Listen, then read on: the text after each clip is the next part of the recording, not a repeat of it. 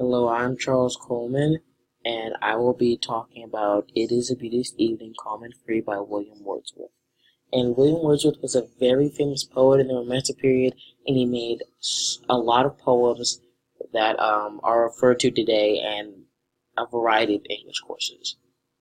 So I will read this poem over once just to read through, talking about the tone and the attitude, trying of incorporating that into the poem, and the second time I will do analysis line by line.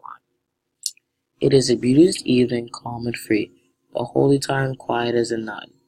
Breathless with adoration, the broad sun is sinking down its tranquility. The gentleness of heaven broods o'er the sea. Listen, the mighty being is awake, and doth with his eternal motion make a sound like thunder, everlastingly. Dear child, dear girl, that walkest with me here, if thou appear untouched by solemn thought, thy nature is not therefore less divine.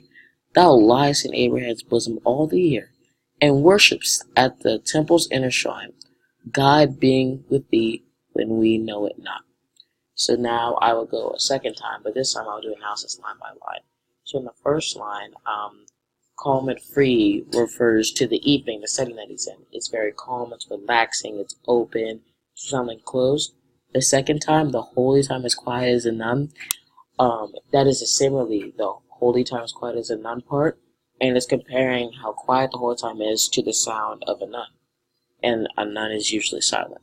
The next line is breathless with adoration, with the broad sun.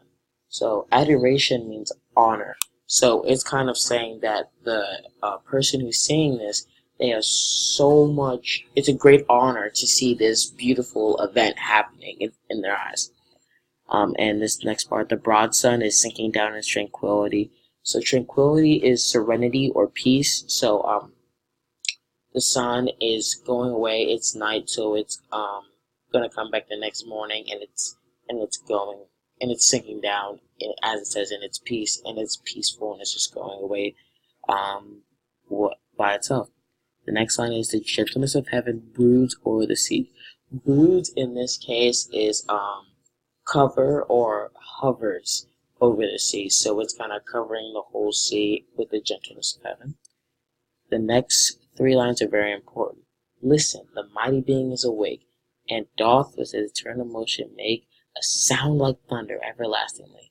So back to the first line of what I just said. This listen, the mighty being is awake. It's kind of telling the reader to pay attention because he's trying to gather attention to other people in the poem that are not listed, but it's saying like, hello everyone, this guy, the God is awake, this godlike entity is awake, and his sound, the sound he makes like thunder, it's heavy and it sounds for all time and you will always hear it.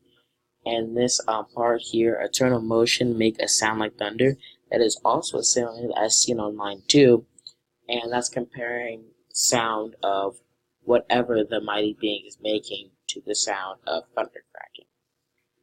And the next line, dear child, dear girl that walkest with me here. So this dear child, dear girl, it's very important because the poet is trying to get our attention and kind of show the audience about the younger generation of how they need to pay attention to what's happening because if everyone's concerned for them because they're the future. And the next part is very important. If thou appear untouched by solemn thought, thy nature is not therefore less divine. So that's saying how if like this young girl does not seem serious, it doesn't make you less divine. It doesn't make you more divine. You're still divine even though you're not touched by this. And that's a key message in this. So it's not forcing the girl to do anything, but it's telling her what she is and like how she is divine. And so the next line is thou liest in Abraham's bosom all the year. So what this is saying is so it's kind of like Abraham is a father is a mother, sorry, and she's nursing a baby, and the baby is feeding off of what the mother is giving to her. In this case, it's the girl or the person in this poem feeding the messages that God has given to them. so that they can carry that on to other people, and they stay holy, and they have worshiped God from the whole year, and they're staying on the path of righteousness. And the next line relates to the line above, and it says, and worships at the temple's inner shrine. So an inner shrine in this case may be like an altar, or it may be a pulpit where you gather to pray. And it's saying that this person has gone to the temple um, every certain amount of days, always there, always worshiping to God, making sure that they're still divine, they're still holy. And the last part is very important to this poem. How it says, God being with thee when we know it not. So this part says that God is with you even if you don't know it. So wherever you are at a point in time, um, God is always going to be with you, even if you think not for a second that He's there. And this whole poem, it's about how everything is peaceful, and how divine people are, and like what you can do to get into heaven and how you do it.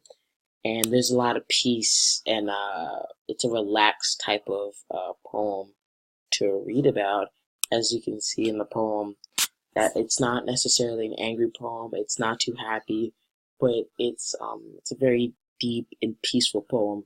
The poet writes in a way that that seems like kind of soft and gentle, not too harsh or rough, and that's very important to the understanding of the poem, because the title may be the same, the words may be the same, but how you say it is different, and the attitude of this poet is good. How I said before, the gentleness that he speaks with. And thank you for listening to my analysis of this poem, and I hope you would want to hear another.